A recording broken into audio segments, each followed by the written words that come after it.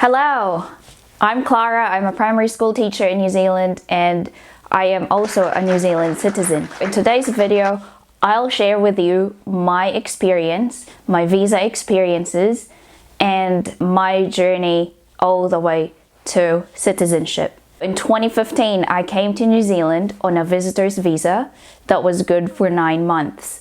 I can't seem to remember how much I paid for it.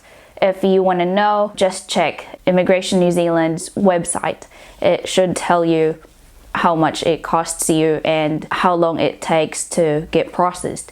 After 9 months, I applied for a work visa. I wasn't required to provide a job offer because my visa was partnership based.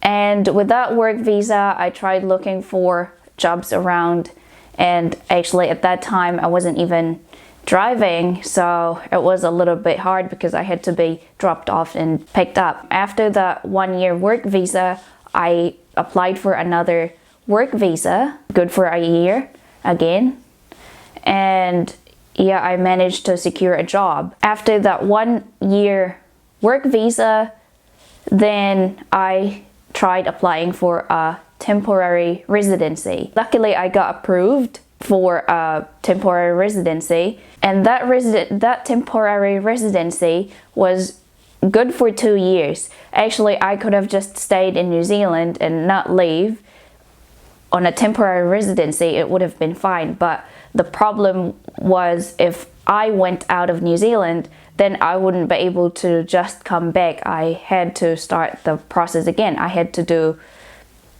another work visa or something else, so basically starting from scratch. After my temporary visa, I decided to go for permanent residency, and I think what helped me a lot with that application was I declared to Immigration New Zealand that I really wanted to be a teacher here, and because we have a shortage of teachers in New Zealand, I think I was in for a shot. I applied for this permanent residency in 2020, and back then that cost me $210, which was quite reasonable for a visa. So then after 3 years having that permanent residency, I was eligible to apply for a citizenship. So I applied for it. The New Zealand citizenship application cost me $470.20, which was quite a bit, but you know, it's worth it because then that means I can get a New Zealand passport, which is stronger than the Philippine passport, I would say. However, I would love to keep my dual citizenship, so that is another application that I have to go to the Philippine embassy for. But that's okay. I will get that done down the line. With my citizenship, I applied for it online, and then I get invited to do my oath of allegiance, where basically I swore allegiance to King Charles III. So what I'm sharing with you right now is just one of the pathways to come to New Zealand.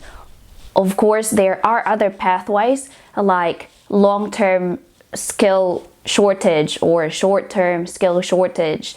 And for teachers, you can actually get what we call AEWV, which stands for Accredited Employer Work Visa. So even if you are based overseas and you get your NZQA qualifications assessed, then if you qualify to register for a teacher in New Zealand, then you register and then you apply for a job.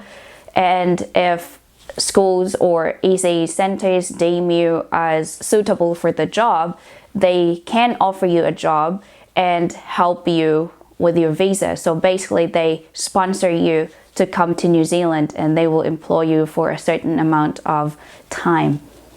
That's one of the pathways for teachers too. I think it's even quicker than coming on a visitor's visa because, you know, once you've had that work visa, you can apply for residency straight away. But of course, if you want up-to-date news about this, make sure you check Immigration New Zealand because they update their information all the time. I hope you learned something from this video today, and if you have, please don't forget to hit like and subscribe, and feel free to share it with your friends too.